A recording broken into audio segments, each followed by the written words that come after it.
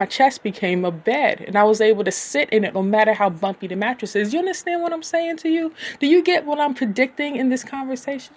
When I'm pushing into your ears and through your head?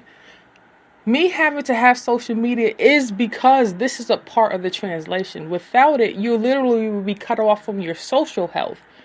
Having a social health and being social or being healthy, nowadays it's going, you have to have it. You have to have some type of a media interaction unless you're off the grid. But that requires total and complete independence away from the system. I'm not built like that. I wasn't raised to be built like that. I didn't self-discover myself to be built that way, but I have a mannerism that is highly independent to a fault. Like, I can use small platforms and then I could totally alienate from everything else. That's just how I was raised. That's how I was built. That's what I know. But yeah, so, I mean, that's what it is. Me having to tell you what my intentions are, me repeating the same things over and over again, is just to help someone who doesn't know what repetition is. Repetition, repetition, repetition, repetition, repetition, grind. Who don't know how to repeat things. They get sick and tired of the feeling, and they don't know that it's the tiring feeling that is the continuing building blocks. What exceptionalism is, it's pain at first. It's uncomfortability. It's stupidness. It's things you rather punch in the face than listen to. But as you keep on repeating these mannerisms and the pain becomes numb, the greatness becomes something comfortable. And in the discomfort, you become yourself. This is why I'm making this. To show you what discomfort and uncomfortability freaking sounds like. What despair and anguish and anxiety feels like, what celibacy on the 20-year mark during the wildest sexual revolution in life freaking feels like. This is what it is. Intentions is the backbone of something that's cracking, something that is without its eyes to tell you how beautiful life is. It's just existing without beauty, even though the beauty may be right in its face. It may be able, like, I may be able to look in the mirror and see one of the most beautiful people I know, one of the most prettiest faces, the most perfectly thumpy, fluffy, cloud-like fat body you'll ever see. But at the same time, I live without my eyes. I can't live in that beauty because I'll superstition myself, or I'll superficial myself out of my own existence. Like, all this suffering and struggle I've been through just to calm my sexual drive down will be for nothing. Because I'll get so wrapped around my looks, I won't know how to look at the more powerful things and be a more powerful person. This is what intention is. I intend for you to see me ugly, so you know what ugly looks like. You can't be out in the world full of Beyoncés and not know what ugly looks like. You can't be running around thinking Beyonce is the pretty and the ugly of life. That's not how it works. Because she will abandon that ugly in a heartbeat because she's pretty. You need to know what ugly is and what it may feel like. Not for you to become that. So you know the difference. You know what to bounce off of. Because every now and again, you got to bounce off some ugly people in life. And the shit is mad uncomfortable. It really is. But anyway, let me get back to the poem.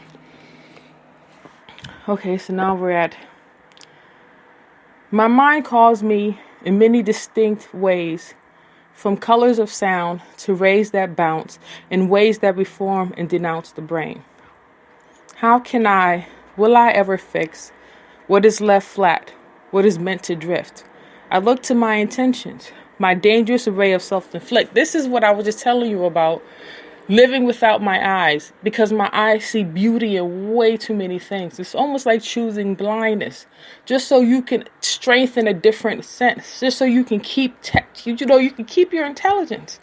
Because some of us have stupidity in our beauty that we're just trying to stay away from. Because, like, I know if I get wrapped up in my looks, I won't stop looking in mirrors. I'll start looking at makeup. I'll start spending money I don't have. I know the train of thought, the intention behind certain things in my behavior.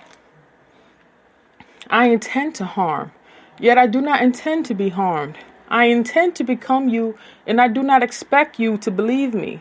In the crimes and across those timelines, I admit that I intended to crucify you. This is what happens when beauty leads you out of your purpose.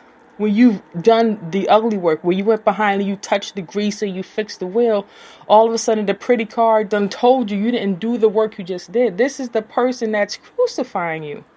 I intend to be pretty, but at the same time, I'm going to brainwash you. And all that smart thinking you had is about to be gone because I'm too pretty. And pretty people are supposed to be dumb in a sense, which is not true. But in your flaws, you have to choose. If you have more flaws that exude your beauty, you can't choose intelligence with looks. It doesn't go together like that. Even if you buckle down and you fight to the gritty teeth and you get that degree in you and you get that intelligence in you, a part of you is going to have to dumb down your beauty. And some people are just so alpha in their looks, they don't know how to be any other way. Handing myself hard bones, pieces that broke off, that angrily and heatedly shift through the wrist, puncturing my hand, softening it. This is just the grind I've been on, keeping myself afloat all these years. Like it awakens me in my ignorance. Like I start thinking I'm pretty in my words, and all of a sudden I can hear my wrist crack from years of writing. I can feel the burn in the bone from the arthritis creeping in. This is the reality check in the intention. All right, who are you intending in this? Who are you intending to be? What is your intentions when you speak to these people about your life?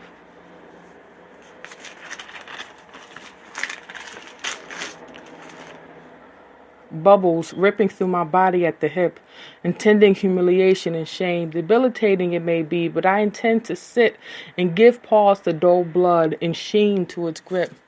Oh, again, just walking through flames, feeling the burn, feeling it burn you alive, but ignoring it still.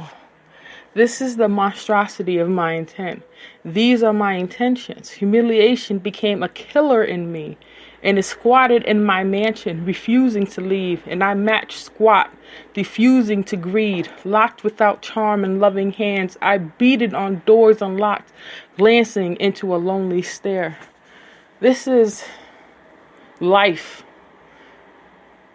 That's something I'm not immune to. This is life taking over my beautiful mansion, my pretty palace, and me behind the door screaming, "It's pretty, stop making it ugly, you're stinking it up."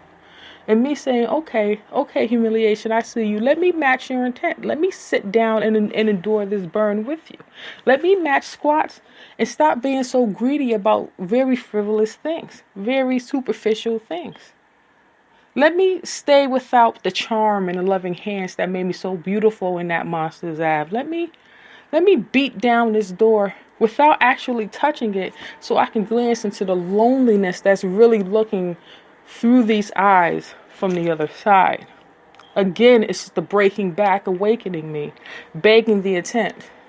Nothing less than backbreaking. Intentions unlike the intent, pushing me away, pushing me into the drift. This is why I chose this, just to share with you. I'm giving you a piece of something that's been alive for a very long time. I'm not new to this. I've been doing this for so long. I forget I'm doing it. I've been doing it without money and not for money for so long. I'm just true to my soul with it.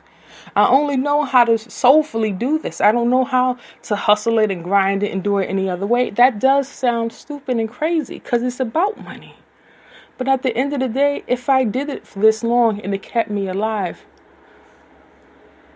what can money do for my health? Where my health comes from? That's a scary thing too.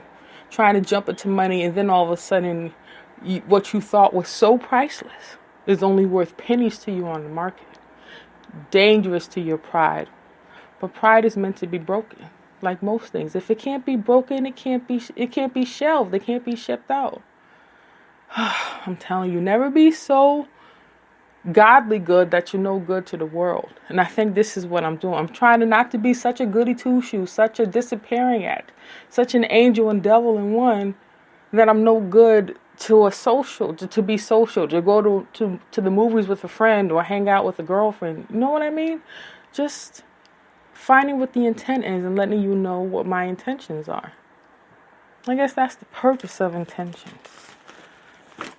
You're finding what makes you superficial. If your intentions become superficial for whatever the reason, for whatever's missing in your life, and battling that demon, but doing it soulfully, doing it through pen work, through something soft, something like your words, using your words, nonetheless. So anyway,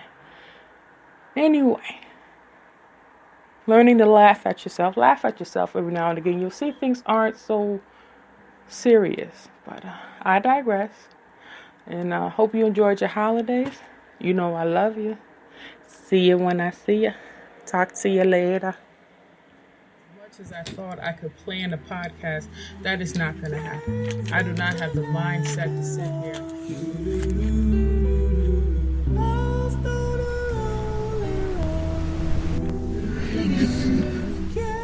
Chop up block for block how I'm going to tell you about weight loss and weight gain.